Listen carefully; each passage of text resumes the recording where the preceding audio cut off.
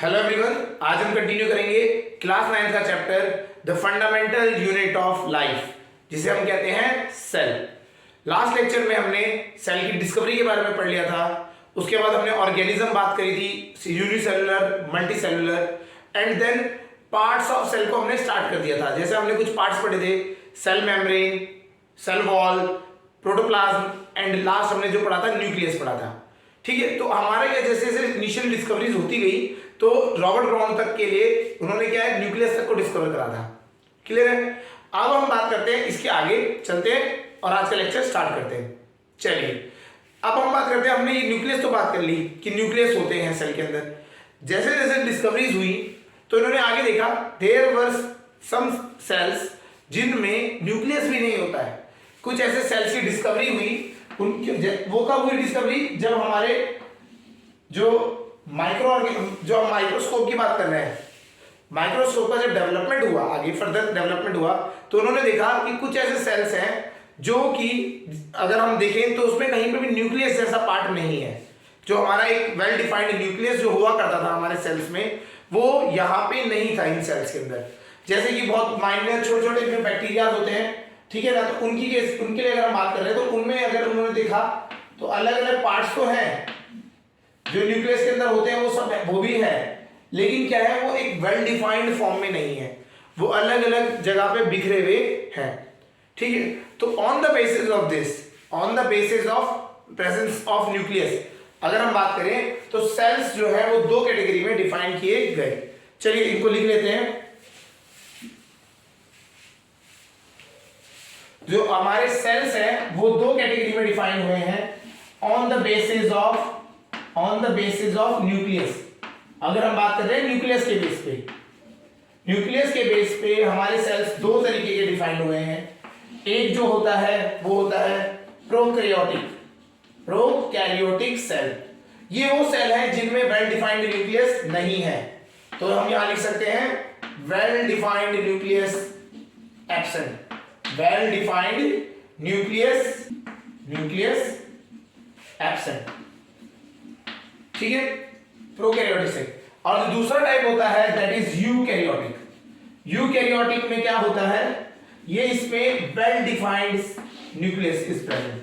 तो ये जो दो टाइप के डिवीजन हुए हैं on the basis of nucleus, तो क्या है वो prokaryotic cells and eukaryotic sales.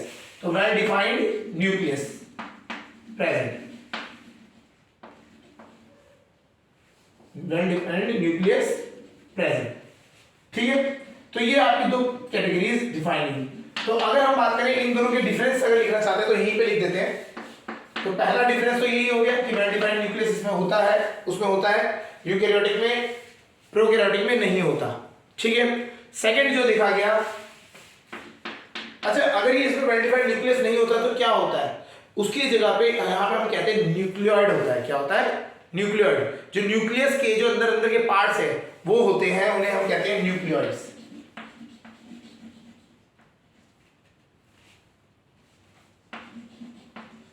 Nucleoids are present, तो न्यूक्लियोइड्स होते हैं वहां पे।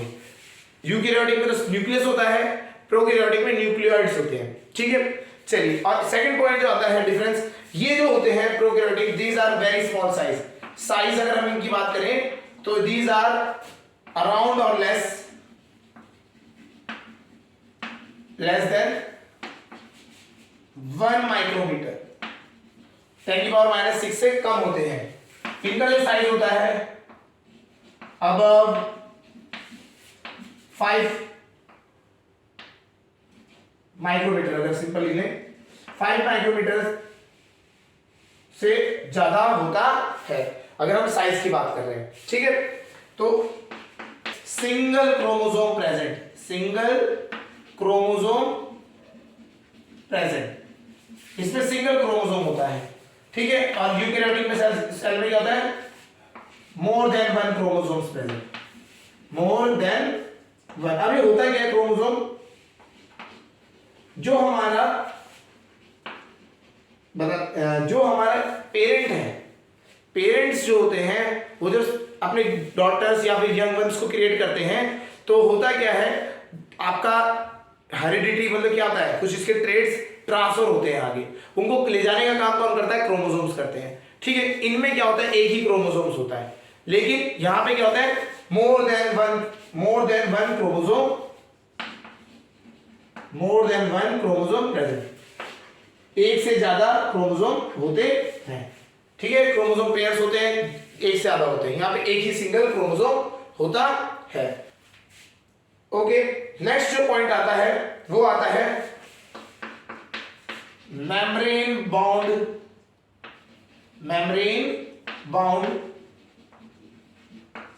सेल ऑर्गेनेलीज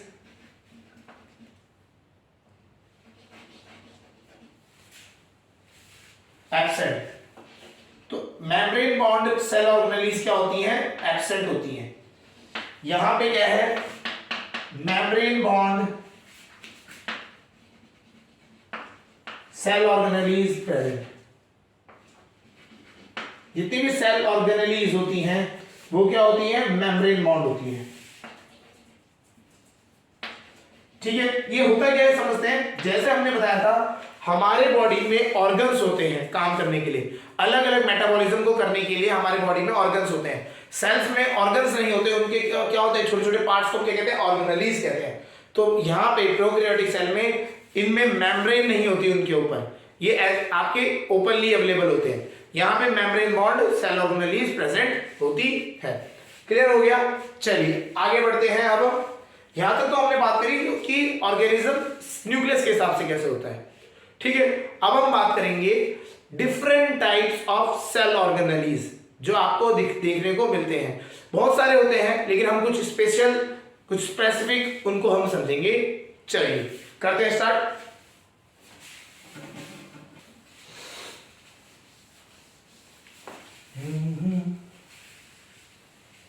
करते हैं। ये जो डिफरेंट सेल ऑर्गेनेलीज हैं इनके अंदर जो आपको पाई जाती है सेल्स में, हर एक का फंक्शन है, क्या इंपॉर्टेंस है, हमें उनको सबको समझना है। ठीक है, चलिए स्टार्ट करते हैं। सबसे पहला जो सेल ऑर्गेनेलीज आता है that is endoplasmic reticulum. Endoplasmic reticulum.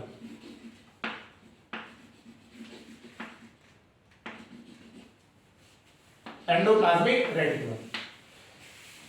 ठीक है, चलिए हम क्या करते हैं, साथ साथ सेल, एक सेल का डायग्राम भी बनाना स्टार्ट कर देते हैं, जिससे क्या हो आप कंपेयर कर पाओ कहां पे लोकेटेड होते हैं ये चीज और कैसा दिखने में होता है। ठीक है, तो एक सेल ड्रॉ कर लेते हैं हम।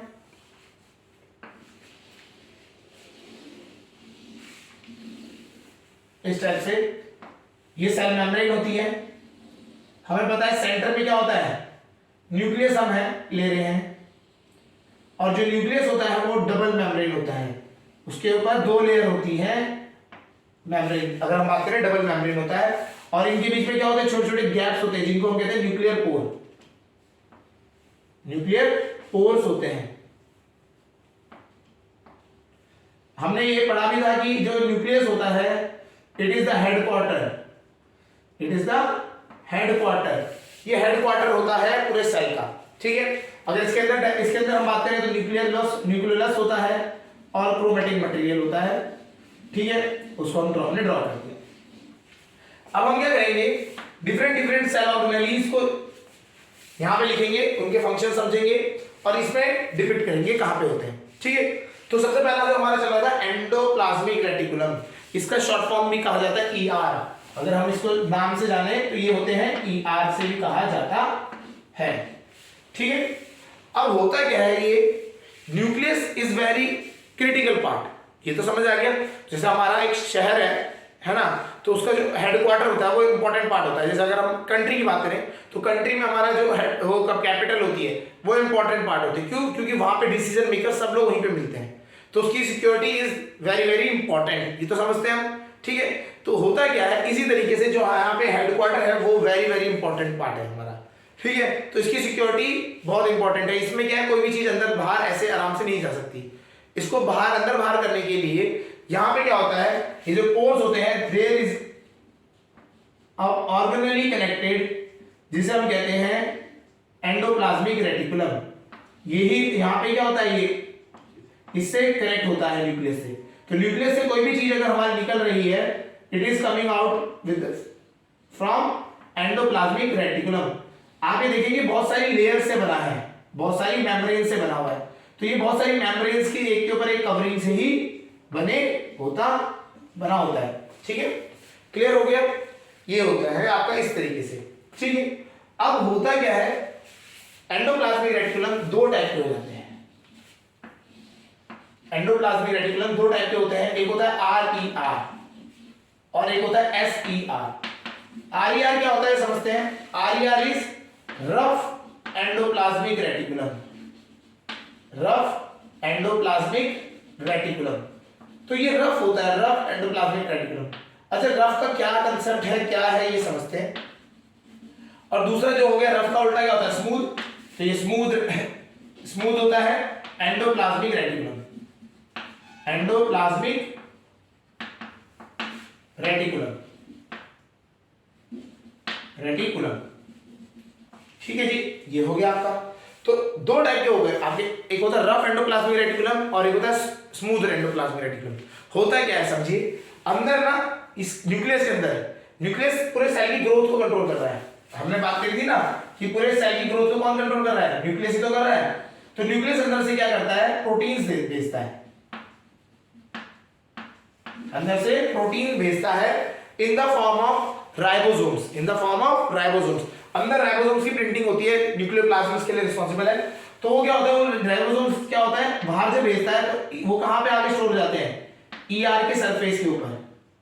ईआर के सरफेस के ऊपर ये क्या है, ऐसे आके सिट कर जाते हैं, बैठ जाते हैं। ठीक है, तो ये ऐसे बैठने से क्या होगा, आपको ये सरफेस कैसा दिखाई देगा, रफ दिखाई देगा। तो एंडोप्लाज्मिक रेटिकुलम, जिस रेटिकुलम के ऊपर राइबोसोम्स आके बैठ जाते हैं, वो क्या हो जाता है, रफ एंडोप्लाज्मिक रेटिकुलम हो जाता है। ठीक है, तो वो रफ एंडोप्लाज्मिक रेटिकुलम की तरह एक्ट करता है। क्लियर हो गया? दूसरा जो है स्मूथ एंडोप्लाज्मिक रेटिकुलम, तो उसको हम क्या करते हैं, कहीं और बना देते हैं। वो भी ऐसा ही है, बस उसमें क्या है, उसमें ऊपर से कुछ आपके जो एडिशनल हम बात कर रहे हैं, ये राइबोसोम्स नहीं होते हैं। ठीक है, तो ये राइबोसोम्स आपके ना होने की वजह से वो क्या हो जाएगा, स्मूथ एंडोप्लाज्मिक रेटिकुलम। तो हम ये बोल देते हैं ये हमारा RER है और वो हमारा SER, स्मूथ एंडोप्लाज्मिक रेटिकुलम। बीच वाला जो हमारा क्या है, न्यूक्लियस है, न्यूक्लियस। ठीक है, तो इस तरीके से ये आपको अवेलेबल मिलते हैं। कहां मिलते हैं, न्यूक्लियस के बिल्कुल साथ चिपके हुए मिलेंगे। एक जगह होगा RER, एक जगह तो होगा RER, दूसरी जगह होगा SER। RER क्या होता है, राइबोसोम्स की जो, मतलब अगर हम गोले गोले से माने तो राइबोसोम्स क्या होता है, उसके ऊपर जाके बैठ जाते हैं। तो इसी वजह से क्या होता है, वो रफ दिखाई देता है सरफेस पे। तो रफ दिखाई देने की वजह से वो आपको क्या है, हम उसे रफ एंडोप्लाज्मिक रेटिकुलम कहते हैं। और वो दूसरा वाला जो है हमारा SER, उसमें कोई भी ऐसी चीज नहीं है, उसमें स्मूथ होता है सरफेस, तो हम उसे कहते हैं स्मूथ एंडोप्लाज्मिक रेटिकुलम। ये सब बना किससे हैं, ये सब बने हैं मेम्ब्रेन से बने हैं। एक के ऊपर एक मेम्ब्रेन लगी हुई है, उनसे जाके ये बने हुए हैं। तो ये मेम्ब्रेन बैग लाइक स्ट्रक्चर्स होते हैं, मेम्ब्रेन्स के बैग लाइक स्ट्रक्चर्स हैं इनमें। ठीक है, इनमें अगर हम बात करें RER में, तो RER में क्या होता है, राइबोसोम्स होते हैं। तो राइबोसोम्स होने की वजह से इसमें हम कह सकते हैं ये प्रोटीन के सप्लाई के लिए रिस्पांसिबल होते हैं। ठीक है ना, तो प्रोटीन सिंथेसिस राइबोसोम्स में होता है, तो ये प्रोटीन के लिए रिस्पांसिबल होते हैं। क्लियर हो गया? SER हम बात करें SER, वहां पे स्मूथ होता है, यहां पे ये होते हैं रिस्पांसिबल किसके लिए, लिपिड्स के लिए। लिपिड्स मींस फैट्स के लिए रिस्पांसिबल होते हैं। ठीक है, चलिए इन ये दोनों समझ आ गए होंगे। एंडोप्लाज्मिक रेटिकुलम दो टाइप के होते हैं, RER SER। RER में रफ क्यों होता है अगर बात करें, तो ड्यू टू प्रेजेंस ऑफ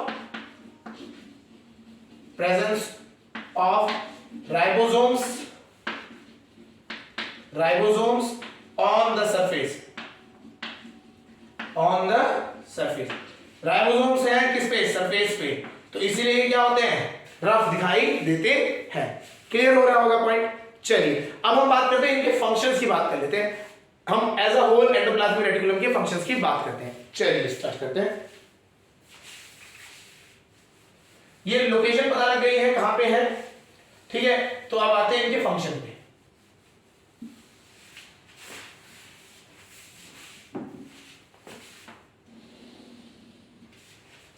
ठीक है, चलिए फंक्शन लिखते हैं।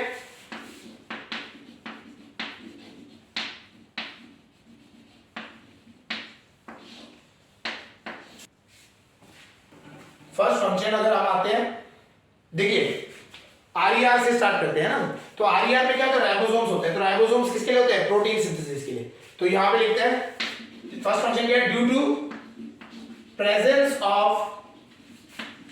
राइबोसोम्स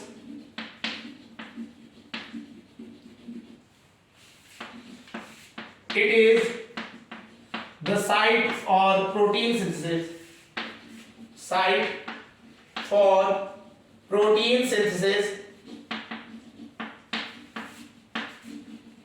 तो यहां पे सारे राइबोसोम्स क्रिएट हो रहे हैं, तो यहीं से राइबोसोम्स पूरे प्रोटीन सिंथेसाइज होगा, बनेगा और ये पूरे सेल में ट्रांसपोर्ट होगा। ठीक है, site for protein synthesis and transportation of protein, and transportation of protein occurs, transportation of proteins occurs क्या कुछ भी रह देते हैं यहीं पे। तो ये प्रोटीन सिंथेसाइज एंड ट्रांसपोर्टेशन के लिए यहीं से रिस्पांसिबल है। तो ये आरईआर है जो कि रिस्पांसिबल है प्रोटीन की राइबोसोम्स को बनाने के लिए, जो प्रोटीन सिंथेसाइज करेगा। ठीक है, और क्या करेगा, उसे ट्रांसपोर्टेशन के लिए। क्लियर है। सेकंड पॉइंट, सेकंड पॉइंट हम एसईआर के लिए से लिख सकते हैं, एसईआर से लिख सकते हैं। हमने भी बताया एसईआर किसके लिए होता है, it is for lipid synthesis, lipids fats, है ना, तो वहां पे होता है। तो लिखिए एसईआर के लिए अगर बात करें, it is site for lipids synthesis, lipid synthesis, synthesise होता है प्लस ट्रांसपोर्ट होता है। ठीक है, which help in membrane biogenesis, which help in membrane biogenesis, मतलब ये क्या होता है, देखिए जो एससीआर ने जो लिपिड्स बनाए, जो मैन्युफैक्चर करे हैं लिपिड्स, ये क्या होता है, ये आपके जो आगे से ट्रांसफर होते हैं तो इसी से क्या बन जाती हैं, इसी से, इन्हीं मेम्ब्रेन से, इन्हीं से, इनसे क्या होता है, लिपिड से मेम्ब्रेन्स बनती हैं। और जब मेम्ब्रेन्स बनती है आपकी, मेम्ब्रेन बनने के प्रोसेस को क्या कहा जाता है, मेम्ब्रेन बायोजेनेसिस। तो ये मेम्ब्रेन्स क्रिएट होती है जो कि आगे हमारे सेल में बहुत जगह पे यूज होती है। क्लियर हो गया। तो ये दो फंक्शन आपको समझ आ गए होंगे। पहला आरईआर से रिलेटेड है, जो क्या है, प्रोटीन सिंथेसिस के साथ है। ठीक है, क्योंकि राइबोसोम्स प्रेजेंट होते हैं। सेकंड एसईआर है, वो किसके साथ है, manufacturing of fats and lipids, fats और लिपिड्स। जो हम बात करें लिपिड्स और फैट्स के लिए दोनों रिस्पांसिबल है मेम्ब्रेन बायोजेनेसिस। अगर नाम आएगा फैट्स और लिपिड्स का तो आपको पता होना चाहिए एसईआर के साथ रिस्पांसिबिलिटी है। ठीक है, चलिए नेक्स्ट जो लिखते हैं। ठीक है, नेक्स्ट जो पॉइंट है हमारा third function, protein and lipid. ये जो दोनों के दोनों बनते हैं, proteins and lipids, produce manufactured by, हम जो बात करें manufactured by ER, endoplasmic reticulum, acts as hormones and enzymes. ये क्या होते हैं, हार्मोन्स की तरह और एंजाइम्स की तरह हमारे सेल में काम करते हैं। ये हार्मोन्स और एंजाइम्स होते क्या है, ये मेटाबॉलिज्म को कंट्रोल करते हैं हमारे। ठीक है, कोई चीज को डाइजेशन करना है या फिर किसी भी प्रोसेस को करना है, रेस्पिरेशन या कुछ भी, तो उनमें क्या हार्मोन्स और एंजाइम्स क्या करते हैं, उसके मेटाबॉलिज्म को एक्सटर्नलाइज करने के लिए ये चीजें होती हैं।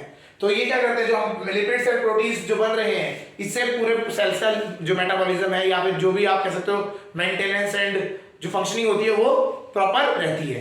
क्या हो गया। फोर्थ पॉइंट, ये बहुत इंपॉर्टेंट है, एसईआर के साथ रिलेटेड है। जो एसईआर होता है is responsible for detoxification,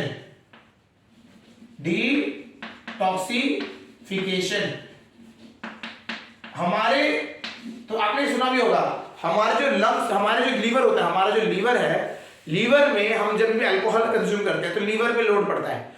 actually होता क्या है, जो अल्कोहल है वो टॉक्सिक होती है। ठीक है, तो लीवर क्या है, डिटॉक्स करता है। तो लीवर के जो सेल्स हैं उनमें बहुत ज्यादा क्वांटिटी में क्या है, एसईआर अवेलेबल होते हैं। ठीक है, तो डिटॉक्सिफिकेशन का काम कौन कर रहा है, एसईआर। तो ये इसका इंपॉर्टेंट पॉइंट है, ठीक है। चलिए फिफ्थ पॉइंट पे अब आते हैं। It forms a network system, ये क्या करता है, नेटवर्क सिस्टम क्रिएट करता है फॉर द ट्रांसपोर्टेशन। तो ये क्या है, एक नेटवर्क सिस्टम बनाता है किसके लिए, फॉर द ट्रांसपोर्टेशन बिटवीन किसके, अभी हमने बताया क्या होता है, अंदर न्यूक्लियस है, न्यूक्लियस एंड साइटोप्लाज्म। तो साइटोप्लाज्म और न्यूक्लियस के बीच में जो ट्रांसपोर्टेशन नेटवर्क क्रिएट कर रहा है वो कौन है, वो ईआर ही रिस्पॉन्सिबल है। तो हमारे को ईआर के फंक्शन समझ आ गए। पहला प्रोटीन सिंथेसिस आरईआर का फंक्शन है, लिपिड सिंथेसिस एसईआर का फंक्शन है, जिससे कि मेम्ब्रेन बायोजेनेसिस होती है, वो हो गया। थर्ड जो है ये प्रोटीन और जो लिपिड्स बन रहे हैं या फैट्स जो बन रहे हैं ये मेटाबॉलिज्म को एनहांस करते हैं, ये हार्मोन्स और एंजाइम्स की फॉर्म में आगे एक्ट करते हैं, ठीक है। नेक्स्ट जो है एसईआर, वो एज एक्ट करता है एज अ डिटॉक्सिफायर, मतलब वो डिटॉक्स करता है, कोई टॉक्सिक सब्सटेंस आ गया तो उसको खत्म करने का काम कौन करता है, एसईआर लेता है। सेकंड लास्ट जो पॉइंट है वो है ये ट्रांसपोर्टेशन नेटवर्क बनाता है किसके बीच में, न्यूक्लियस एंड साइटोप्लाज्म। साइटोप्लाज्म क्या है, इसके चारों तरफ जो लिक्विड भरा हुआ है वो साइटोप्लाज्म है ना। तो ये चीज चार, ये 5 फंक्शन इनके मेजर फंक्शंस में काउंट किए जाते हैं। तो आपको क्या होना चाहिए, ईआर होता कैसे है, दिखता है कैसा है, वो पता होना चाहिए, ठीक है। अब कहां पे पाया जाता है, आपको जनरली कहां पाया जाएगा, ये न्यूक्लियस के बिल्कुल साथ में चिपका हुआ मिलेगा, ठीक है। और उसके बाद इसके फंक्शंस, क्या क्या फंक्शंस होते हैं वो हमें पता होने चाहिए। तो हमने ये सारी चीजें पढ़ ली। चलिए नेक्स्ट सेल ऑर्गेनेली पे आते हैं, दैट इज गोल्गी apparatus। चलिए नेक्स्ट पे बात करते हैं गोल्गी apparatus। तो एंडोप्लाज्मिक रेटिकुलम आपका क्लियर हो गया होगा।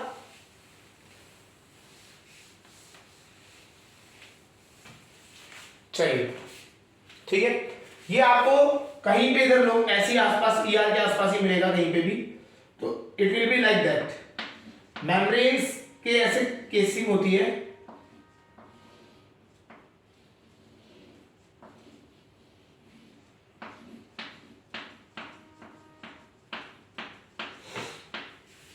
इस टाइप की मेम्ब्रेन्स पे मेम्ब्रेन्स लगी होती हैं, और क्या होता है उनमें से ऐसे थोड़े वैक्यूल्स भी बाहर निकल रहे होते हैं, मतलब गोल गोल से आपके गोल राउंड फॉर्म में आपके ये बाहर चीज निकल रही होती है मेम्ब्रेन्स के, एक मान लीजिए लूप्स बना के निकल रहे हैं बाहर, ठीक है। तो this part is known as Golgi apparatus, कि आपको जनरली न्यूक्लियस के आसपास ही नहीं इधर उधर ही मिलेगा, ठीक है। चलिए इसको नाम लिख लेते हैं, इसको कहते हैं गोल्गी apparatus।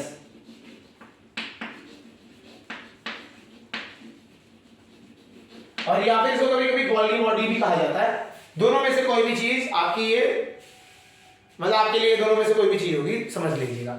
ये होता किस चीज से बना हुआ है, ये मेम्ब्रेन्स से बना होता है, एक के ऊपर एक बहुत सारी मेम्ब्रेन्स लेयर आउट होती है, तभी ये बना होता है आपका गोल्गी apparatus, ठीक है। तो मेम्ब्रेन्स टू मेम्ब्रेन बहुत सारी अगर एक दूसरे के ऊपर पाइल्ड अप हो जाती है तो ये आपका क्या बन जाता है, गोल्गी apparatus। क्लियर है। चलिए इसके बारे में लिखते हैं। चलिए it is a membrane bound, ठीक है, मेम्ब्रेन बाउंड, बहुत सारी मेम्ब्रेन्स लगी हुई है एक दूसरे एक के ऊपर एक, ठीक है, और उनके बीच में क्या पड़ा है, फ्लूइड होता है हमारे सेल के अंदर सारा। Membrane bound fluid filled,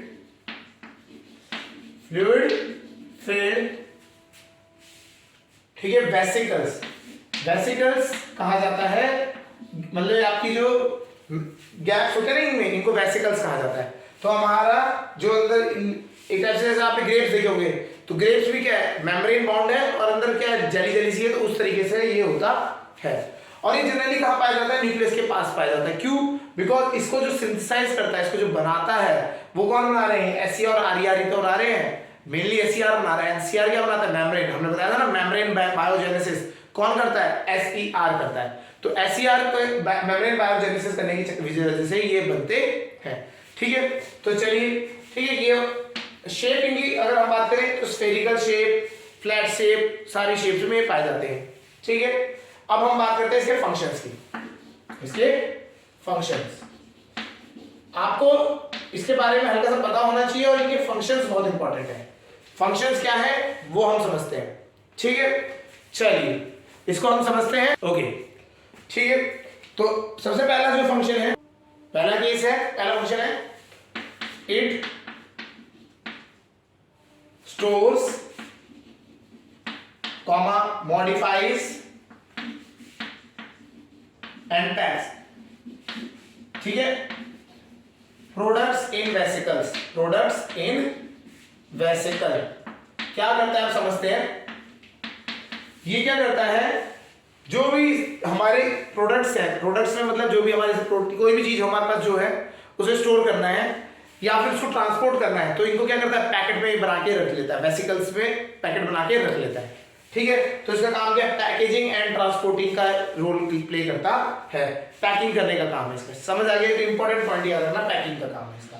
second, it helps, या इसका लिख देते हैं, it forms lysosomes, forms lysosomes. Lysosomes अभी हम पढ़ेंगे, तो बेसिकली क्या होता है, वो एक लाइसोसोम अगर हम बताएं तो एक ये पैकेट होता है जिसके अंदर क्या होता है, डाइजेस्टिव एंजाइम्स भरे होते हैं, ठीक है। एंजाइम्स होते हैं जो कि जिनको का बहुत खाऊ होते हैं, किसी भी चीज को खा जाते हैं, डाइजेस्टिव एंजाइम्स होते हैं, ठीक है। तो वो कौन बनाता है, वो आपका याद रखना है, ये इंपॉर्टेंट क्वेश्चन बनता है, हु मतलब which organelle forms lysosomes, Golgi body या गोल्गी अपरेटस, ठीक है। थर्ड जो है, इन सम केसेस, अगर कभी कभी it forms complex sugar, complex sugar बनाता है from simple sugar, from simple sugar.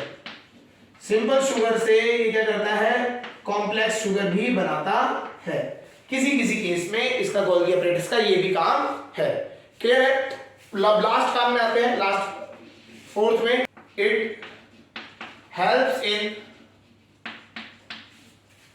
ये क्या है, सेल वॉल और सेल मेम्ब्रेन्स, उनके फॉर्मेशन में भी हेल्प करता है, फॉर्मेशन, उसकी रिपेयर एंड मेंटेनेंस, तो उसके लिए भी हेल्प करता है। It helps in formation and repair of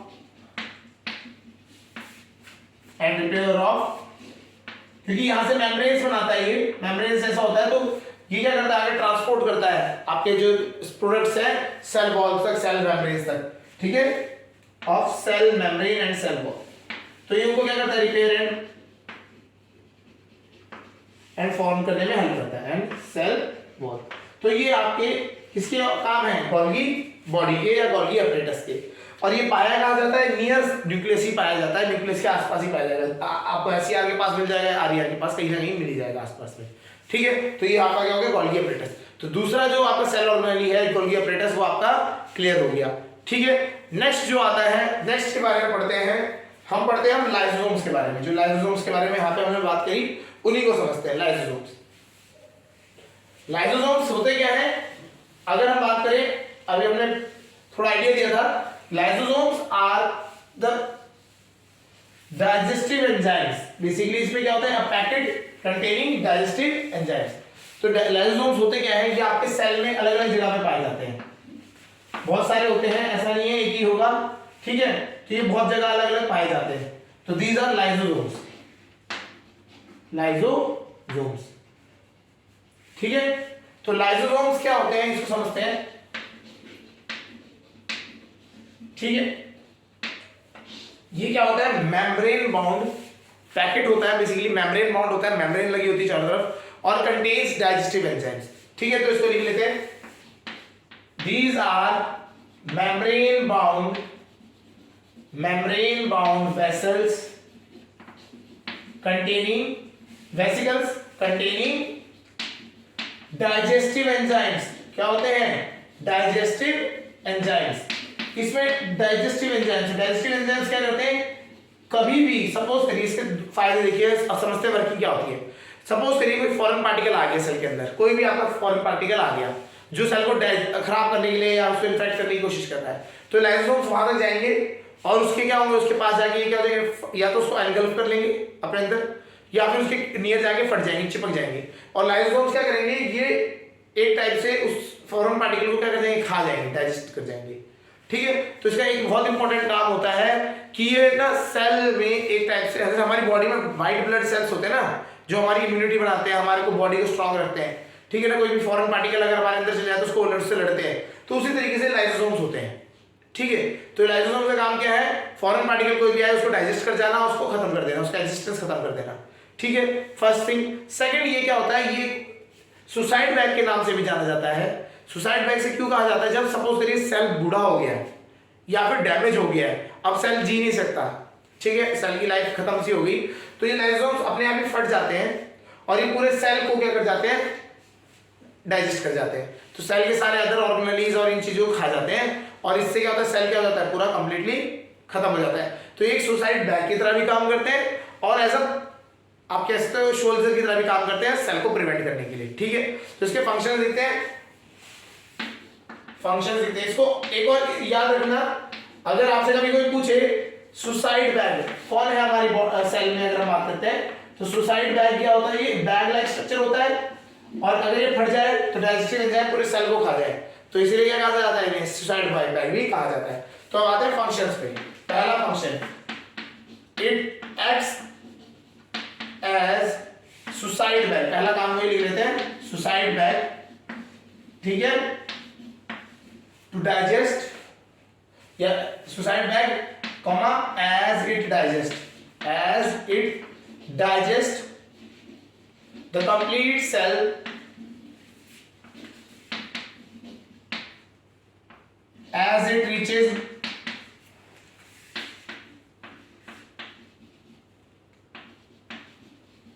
maturity, है ना, बिल्कुल मैच्योर ज्यादा खत्म हो गया, ठीक है ना, इसको अगर हम बात करें बिल्कुल एंड में हो गया है ना, तो वो हो गया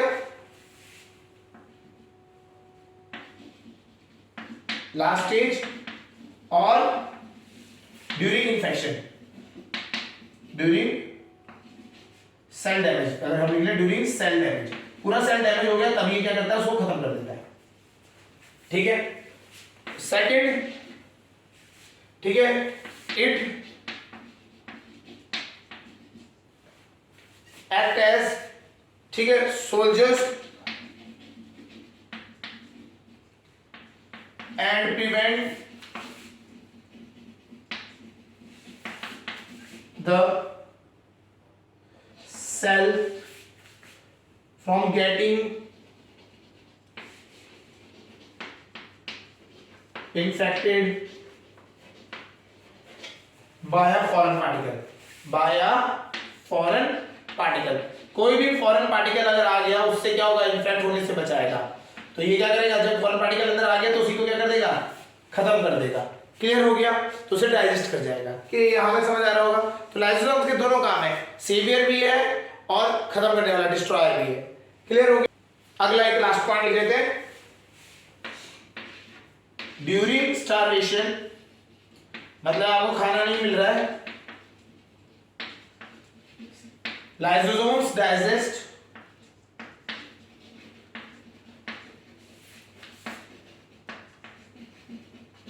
parts of cell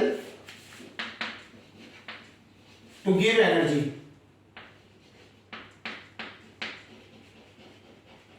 ठीक है, तो जब आपका सेल खत्म होने वाला है, हो रहा है, या फिर आपका खाना नहीं मिल पा रहा है, तो ये क्या करता है, अपने सेल के कुछ पार्ट्स को डाइजेस्ट करने लग जाता है। जैसे हमारी बॉडी, अगर हमें खाना ना मिले तो हमारी बॉडी में जो स्टोर्ड फैट है वो क्या होने लग जाएगा, डाइजेस्ट होने लग जाएगा। तो वही उसी तरीके से ये क्या करता है, सेल में जो अदर स्टोरेज पड़ा है, साइटोप्लाज्म में जितना भी फूड और ये सब कुछ स्टोरेज में है, तो ये उसको डाइजेस्ट करता है और उससे क्या देता है, हमें एनर्जी प्रोवाइड करता है।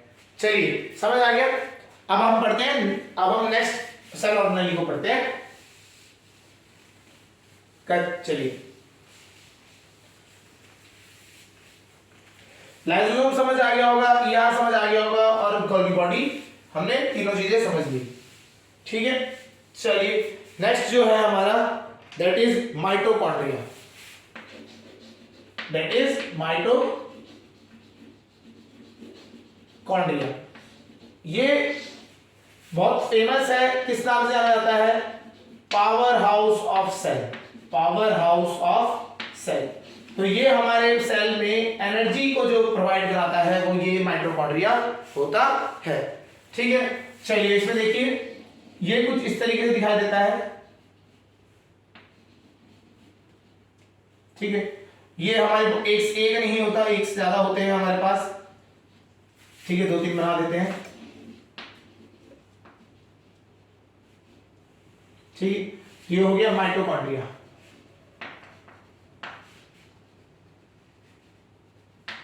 Mitochondria it is the power house of the cell. जो हमारा ग्लूकोज होता है इसको सिंथेसाइज, इसको यहां पे ये क्या करता है, यूटिलाइज करता है और उससे एनर्जी हमें बना के देता है सेल में। ठीक है, तो इसका फंक्शन क्या है, इसको मतलब पहले अगर हम बात करें, ठीक है, तो इसके फंक्शन से लिख लेते हैं। अगर हमें इसके बारे में लिखना है तो ये लिख सकते हो आप, it is the power house of the cell and converts the food stored in the cell in the form of energy, उसको एनर्जी में कन्वर्ट करता है। क्लियर हो गया? ठीक है, फंक्शन समझते हैं। पहला फंक्शन है इसका to provide energy to the cell, main function to provide energy to the cell. हमारा जो अगर हम बात करें रेस्पिरेशन प्रोसेस, ठीक है, ग्लूकोज को ऑक्सीजन की प्रेजेंस में ब्रेक डाउन करना सिंपल फॉर्म में, वो कहाँ होता है, माइटोकॉन्ड्रिया में होता है। ठीक है, तो हमारे को यहां से क्या मिलती है, एनर्जी मिलती है। क्लियर हो गया? Second they are able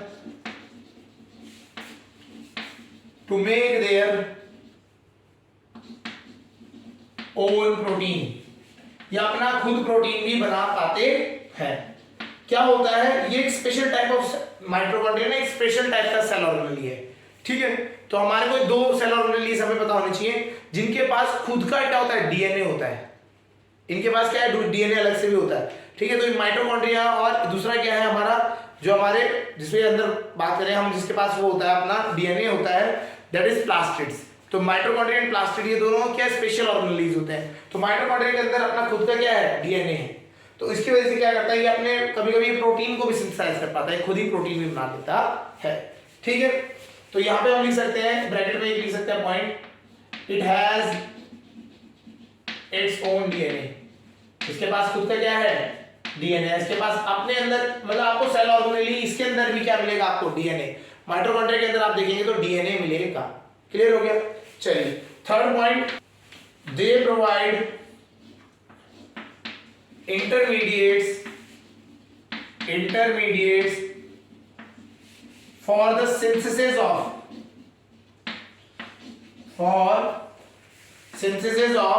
various chemicals. बहुत सारे अलग अलग केमिकल जो हमारे सेल के अंदर रिक्वायर्ड होते हैं, उसको उसके लिए क्या करता है, इंटरमीडिएट प्रोवाइड करता है। वेरियस केमिकल्स सच एज, अगर हम बात करें कौन कौन से होते हैं, बहुत सारे। अगर हम बात करें तो इसमें स्टार्टिंग में बेसिक करते हैं, fat, lipids, amino acids etcetera,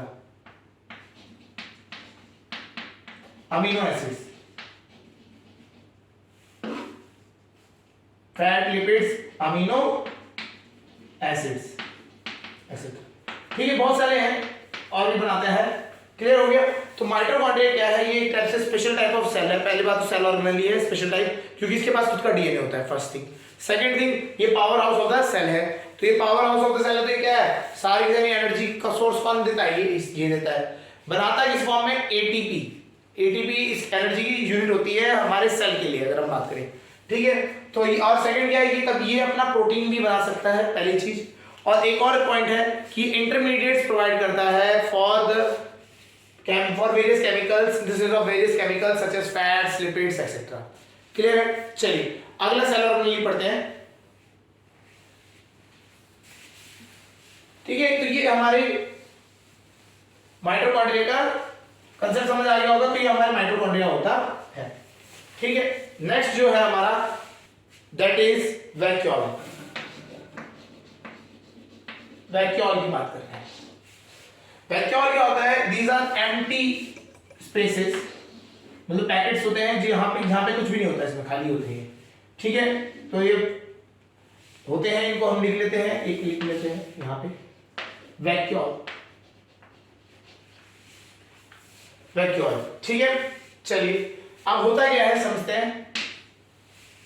vacuoles हमारे सेल में बहुत अलग अलग फंक्शंस में आते हैं। पहली चीज समझते हैं, ये क्या करता है, जैसे बॉडी में पूरी सेल में ना क्या लिक्विड भरा हुआ है। यहाँ पे अगर आप देखिए साइटोप्लाज्म भरा हुआ है, तो ये जो सारा लिक्विड है वो क्या है, cytoplasm.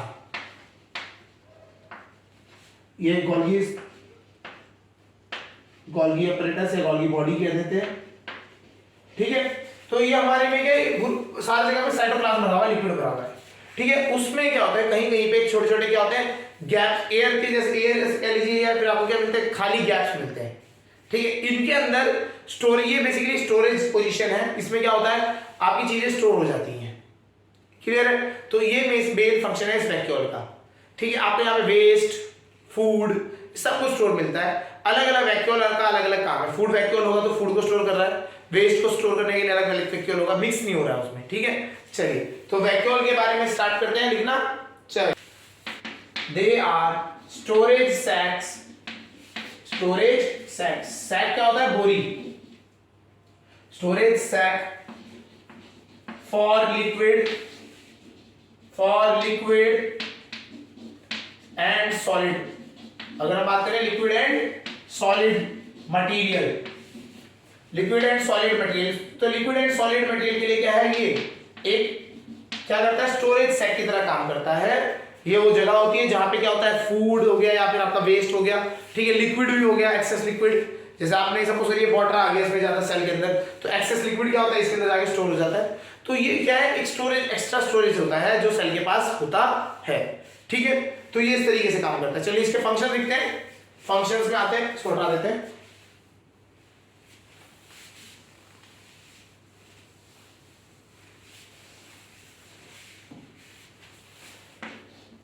Functions,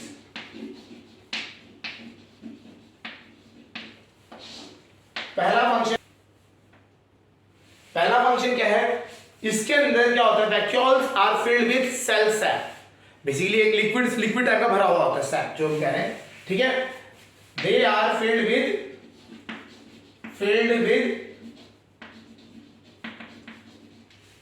cell sac, cell में जो लिक्विड होता है उससे भरा होता है, therefore thus providing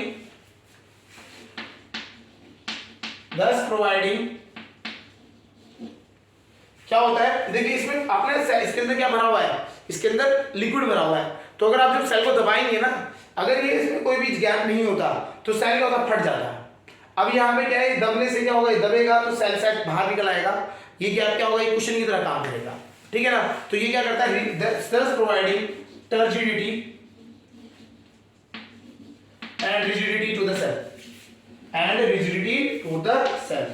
rigidity provide करता है सेल में,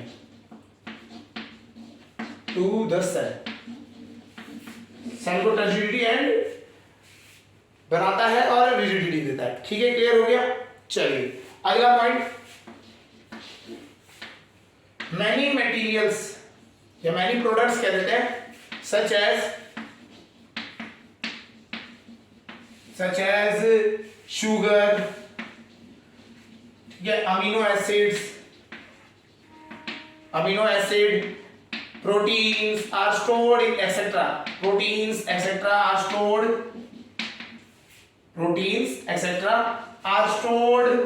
in vacuole, तो ये स्टोरेज जो हमने बताया ही था, ठीक है। तो स्टोरेज पोजीशन एक स्टोरेज की जगह काम करता है, जैसा काम करता है, तो क्या है इनमें आपको protein, sugar, amino acids, fats, ये सब कुछ आपको स्टोर मिलता है, क्लियर हो गया। Third point, consumed food is stored in food vacuole, क्या होता है समझते हैं। कुछ सेल्स हैं, जैसे कुछ ऑर्गेनिज्म है जो सिंगल सेलुलर की बात करें, अमीबा जैसे, तो अमीबा जब भी अपना खाना स्टोर करता है तो क्या करता है वो खाना सीधा का सीधा उसके साइटोप्लाज्म में नहीं घुसता, वो क्या करता है वो खाना एक वैक्यूल के अंदर आके स्टोर हो जाता है, उससे हम कहते हैं उस टाइम पे फूड वैक्यूल। तो होता क्या है वो फूड वैक्यूल बन जाता है, उसी वैक्यूल के अंदर क्या होता है एंजाइम्स छोड़े जाते हैं, डाइजेस्टिव एंजाइम्स, और वो क्या करते हैं वहीं पे खाने को पचा देते हैं, क्लियर हो गया। तो इस तरीके से चलता है, मतलब फूड आपका डायरेक्ट साइटोप्लाज्म से नहीं आया, सपोज करिए फूड के साथ कुछ इन्फेक्शन चीज आ जाती तो वो सेल को हार्म कर सकता था, तो फूड वैक्यूल क्या होता है उसके चारों तरफ आ जाता है और उसकी वजह से क्या होता है आराम से ये आपका डाइजेशन अलग से हो पाता है। तो ये कहाँ होता है, ये अमीबा में होता है, कहाँ पे पाया जाता है जनरली अमीबा में। तो ये फूड वैक्यूल क्या क्रिएट हो जाता है, क्लियर हो गया। चलिए एक लास्ट पॉइंट लिख लेते हैं, fourth, it helps in expelling access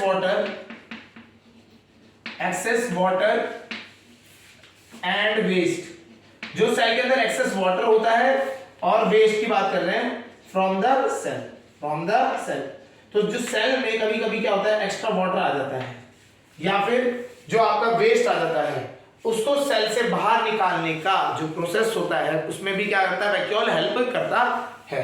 तो ये आपके वैक्यूल के इस तरीके से आपके काम होते हैं। ये आपको काम समझ आ जाए, फंक्शन समझ आ जाए तो आपको ये पता लग जाएगा कि कहां पे होता है। ये वैक्यूल आपके डिस्ट्रीब्यूटेड होते हैं। अच्छा, यहां थोड़ा समझते हैं।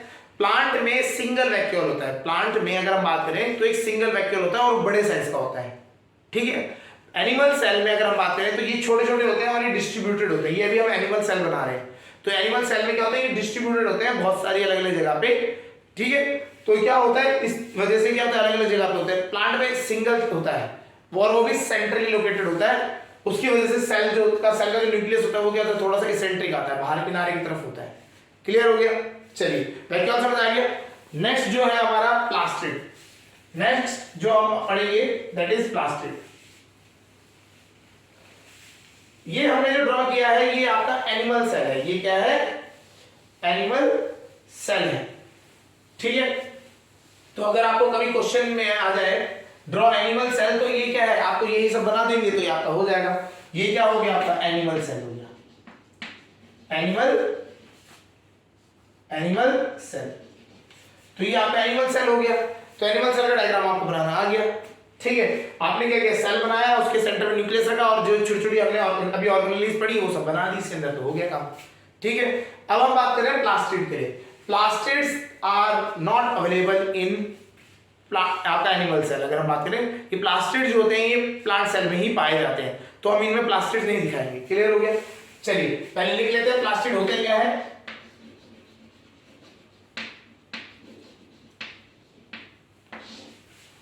ठीक है, ये क्या होते हैं, ये कहां पे पाए जा रहे हैं, खाली ओनली इन प्लांट सेल, ठीक है। तो plastids are only available in plant cell.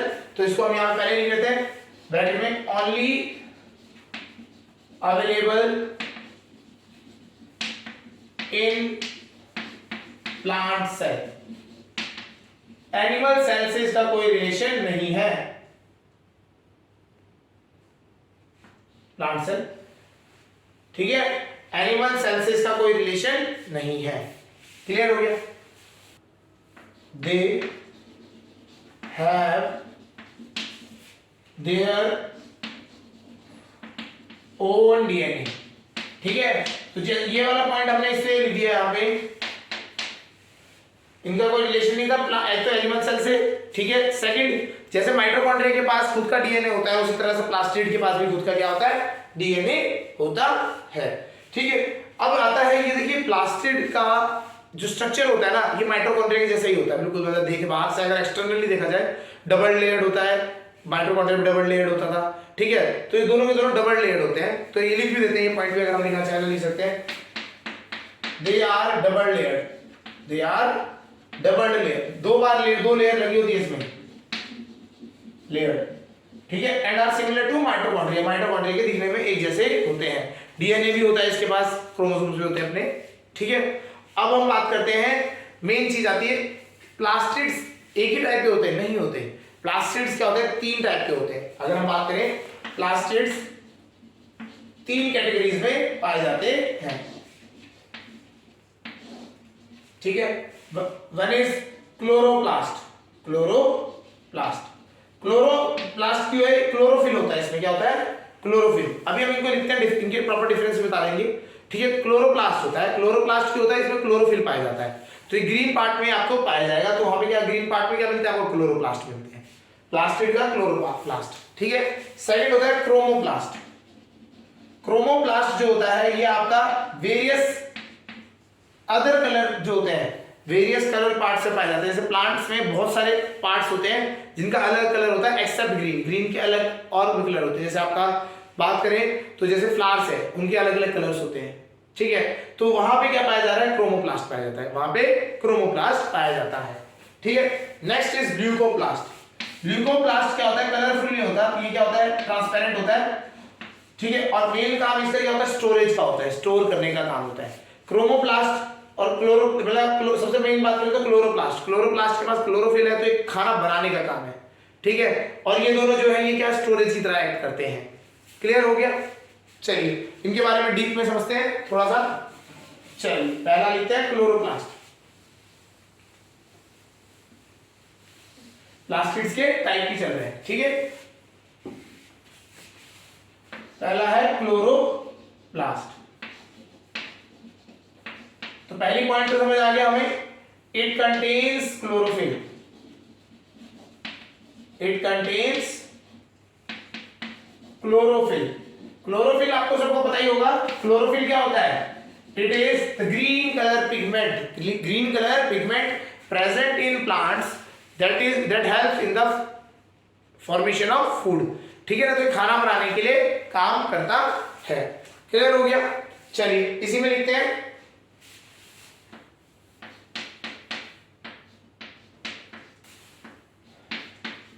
it helps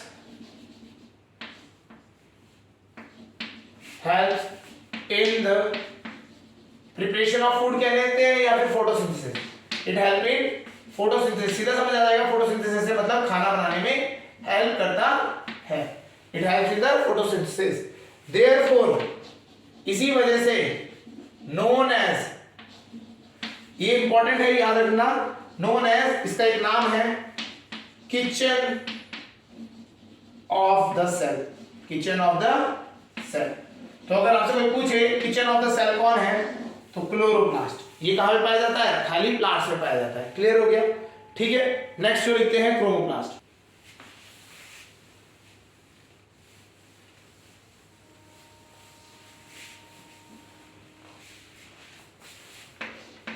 chromoplast, ठीक है। क्रोमोप्लास्ट में आते हैं तो क्रोमोप्लास्ट क्या होता है? It is coloured. ये भी क्या होता है? कलर्ड होता है, कलर्ड पिगमेंट, ठीक है। तो कलर्ड होता है, पार्ट होता है एक्सेप्ट ग्रीन। कौन सा कलर नहीं होता इसमें? ग्रीन। ग्रीन वाला कौन सा था? क्लोरोफिल, ठीक है। और इसका काम क्या होता है? And helps in storage of food. Helps in storage of food. जो क्लोरोप्लास्ट बना रहा है उसको स्टोरेज करने में हेल्प करता है। बेसिकली यहाँ पे फूड में भी हम बात करें तो लिपिड्स, फैट की बात होती है। फैट ज्यादातर ये स्टोर करता है। क्लियर हो गया? अगला आता है ल्यूकोप्लास्ट। चलिए नेक्स्ट है हमारा ल्यूकोप्लास्ट।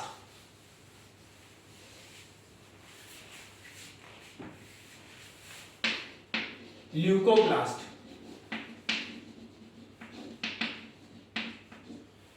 ठीक है। ये क्या होता है? कलरलेस प्लास्टिड होता है। ये क्या होता है? Colourless plastid. It is colourless plastid. Colourless plastid मतलब ये कलरलेस होता है। जैसे और पहला क्या था? क्लोरोप्लास्ट ग्रीन कलर का, क्रोमोप्लास्ट आपका और कलर होता है, रेड येलो, ये जो सब उसमें मिलते हैं। यहां पे ये क्या है? Leucoplast is colourless plastid. समझ आ गया होगा? ठीक है। नेक्स्ट पॉइंट, इट इज, ये भी क्या है? It is storage location.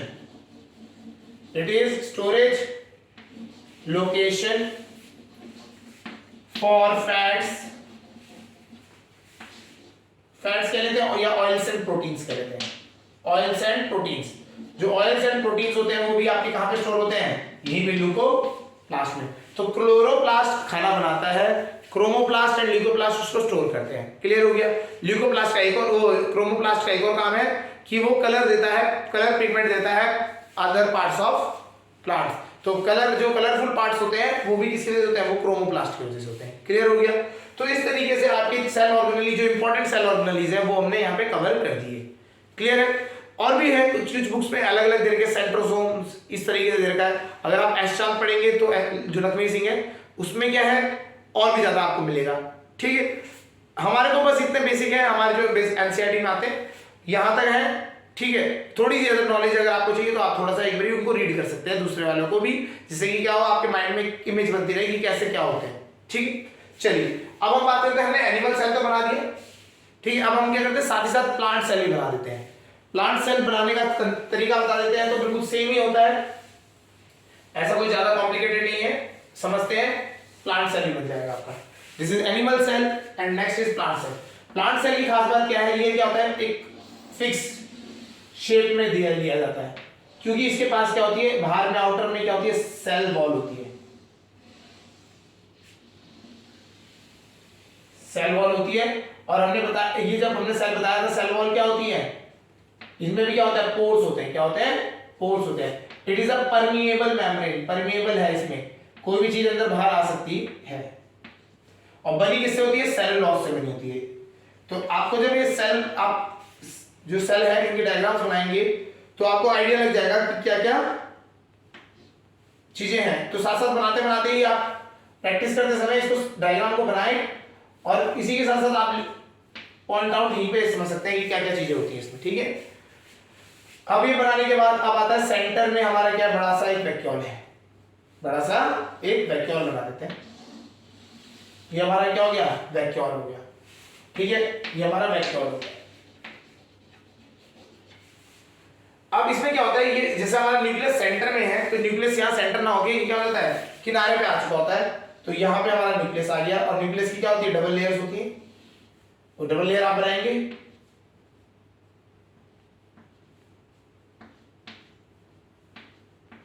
ठीक है। अंदर आप न्यूक्लियस दिखा देंगे और साइड थोड़ा सा आपका क्रोमेटिन मटेरियल जो रहता है वो। और हमें पता है इसके साथ क्या चिपके मिलते हैं आपको हमेशा, SER और RER। तो एक साइड में RER बना देंगे और एक साइड में SER। RER के क्या है, उस पर डॉट्स लगा दे रहा है। तो ये राइबोसोम्स है, इसके साथ के चिपके हुए राइबोसोम्स है। अच्छा, राइबोसोम्स कभी कभी ना फ्रीली भी मिलते हैं आपको, अगर ऐसे यहाँ पे आप देखोगे ना इधर उधर कभी कभी ऐसे ऐसे फ्रीली भी होते हैं, तो इन्हें भी क्या कहते थे, राइबोसोम्स। फ्रीली भी होते हैं कुछ, मतलब जब आप मूवमेंट के बाद टाइम पे ऊपर हम बना देते हैं SER,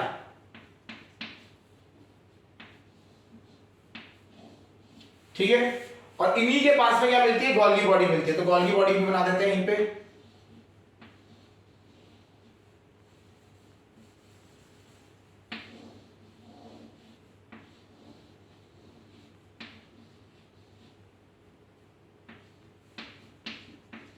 ये आपकी गोल्गी बॉडी बन गई। और उसके बाद हमारे इसमें वैक्यूल तो एक ही होता है, ठीक है। तो इसमें लिक्विड लिखते चलते साथ साथ, न्यूक्लियस, न्यूक्लियस, ये RER, इधर SER, इधर गोल्गी बॉडी, ठीक है। ये सारा लिक्विड है। तो ये क्या लिक्विड क्या होता है, इसमें साइटोप्लाज्म। अच्छा, ये आउटर मोस्ट में क्या था, ये सेल, ये वाली जो हम बात कर रहे थे, ये क्या है, सेल वॉल। और इसके अंदर क्या होती है, सेल मेम्ब्रेन भी तो होती है। मेम्ब्रेन तो बनाई नहीं, मेम्ब्रेन भी बनाओ। ये होगी आपकी सेल मेम्ब्रेन, ठीक है। अब आते हैं इसमें हम, अब जो अदर जो छोटे छोटे हमारे आपने पढ़े थे, माइटोकॉन्ड्रिया, माइटोकॉन्ड्रिया 2-3 बना दो।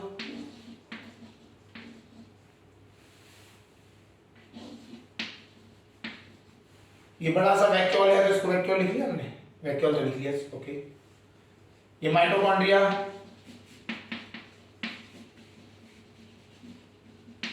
कुछ लाइसोसोम्स बना देते हैं।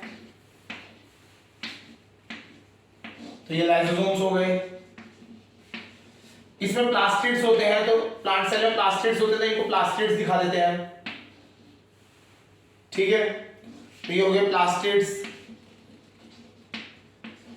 छोटे छोटे हम इसमें डॉट्स दिखा देते हैं राइबोसोम्स के, जो फ्लोट कर रहे हैं, राइबोसोम्स के डॉट दिखा देते हैं, ठीक है। और कुछ बचा हमारे पास कुछ दिखाने के लिए? तो ये काफी चीजें हमारी समझ आ रहा होगा। तो इस तरीके से हम क्या कर सकते हैं, एक प्लांट सेल भी दिखा सकते हैं। ये क्या हो गया हमारा, अगर हम बात करें तो ये हमारा प्लांट सेल। तो अगर प्लांट सेल और एनिमल सेल का डायग्राम बनाने के लिए आता है तो आपको इस तरीके से दोनों बना सकते हैं।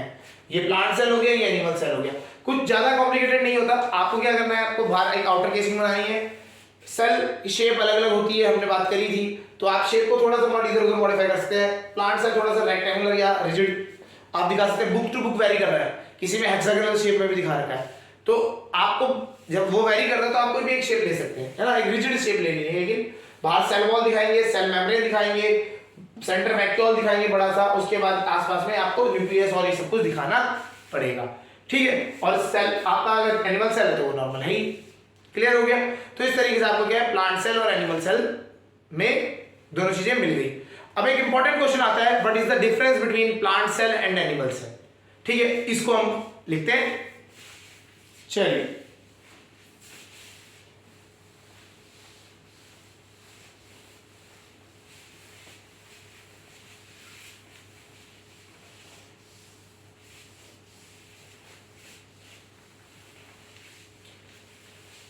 ये क्वेश्चन जो है plant cell and animal cell, ये एक एवरग्रीन क्वेश्चन है, मतलब ये आपको 8th में भी पढ़ाया जाता है, 9th में भी पढ़ाया जा रहा है, ठीक है।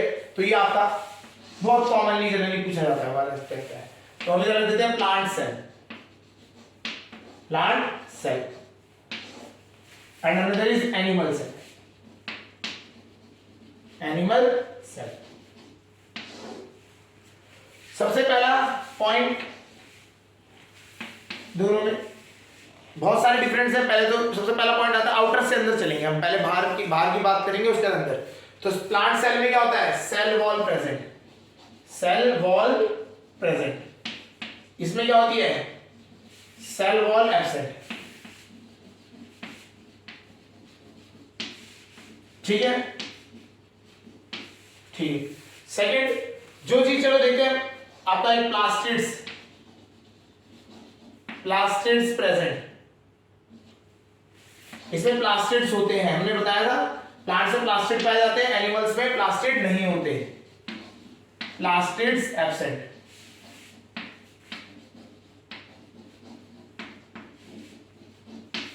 ठीक है। थर्ड न्यूक्लियस की बात करते हैं। न्यूक्लियस इज इसेंट्रिक, इसेंट्रिक मतलब किनारे की तरफ मूव किया हुआ है, सेंटर में नहीं है। यहां पे क्या है, न्यूक्लियस इज सेंट्रली लोकेटेड, जो न्यूक्लियस है, nucleus is centrally located, located centre में लोकेटेड है, ठीक है। अगला पॉइंट, प्लांट्स में अगर हम बात करें तो देखो कुछ ऐसे और भी चीजें, सेंट्रोसोम्स या ऐसे अगर हम उनकी बात करते हैं तो अभी वो उसको हम इंट्रोड्यूस नहीं कर रहे हैं, ठीक है। सेंट्रोसोम्स हो गए, तो ये अवेलेबिलिटी इनकी, ये सब कुछ भी होता है, बहुत चीजें होती है, ठीक है। तो हम बात कर रहे हैं नॉर्मल में, जो बहुत बेसिक में ज्यादातर है। तो क्या होता है, सिंगल वैक्यूल, इसमें क्या होता है, सिंगल वैक्यूल होता है। और यहां पे क्या है, मैनी वैक्यूल्स, मैनी वैक्यूल्स। यहां पे सिंगल वैक्यूल होता है, ठीक है, और यहां पे बहुत सारे वैक्यूल्स होते हैं, और सिंगल भी होता है और बड़े साइज का भी होता है, ठीक है। तो ये भी आप देख सकते हैं, क्लियर है। चलिए fifth point, regular in shape. जो प्लांट सेल होते हैं अपने बात करें तो सेल वॉल होने की वजह से रेगुलर इन शेप, और यहां एनिमल सेल में हम बात करें तो they are irregular in shape, ठीक है। तो ये 5 बहुत है, इन शेप। तो और भी बहुत सारे पॉइंट्स हैं, ये आप देख सकते हैं, है ना। तो हम बेसिकली कोई भी, हमने बेसिक 5 कोई भी ले लिए हैं, तो 5 आप ये पॉइंट्स आप ध्यान रख सकते हैं। Difference between animal cell and plant cell, animal और प्लांट सेल में आपको डिफरेंस है, ध्यान रखना। प्लांट के नीचे प्लांट के नाम, प्लांट के पॉइंट होने चाहिए, और एनिमल के नीचे एनिमल के पॉइंट होने चाहिए, क्लियर। तो इस तरीके से आपके जितने भी सेल ऑर्गेनेलिज थे वो हमने समझ लिए, प्रोकैरियोटिक यूकैरियोटिक सेल क्या होते हैं ये भी समझ लिया, और difference between animal and plant cell ये हमने समझ लिया। तो आपकी 9th में ये सारे टॉपिक्स थे, ठीक है। प्लांट सेल और एनिमल सेल को ड्रॉ करना, ये सब हमने बता दिया, ठीक है। तो इस तरीके से आपका सारा टॉपिक क्लियर होते हैं। इसके बाद आप एनसीईआरटी के क्वेश्चंस और अदर बुक्स के जो क्वेश्चंस हैं आप वो देख सकते हैं, ठीक है। चलिए अब ये चैप्टर खत्म होता है यहाँ से, ओके।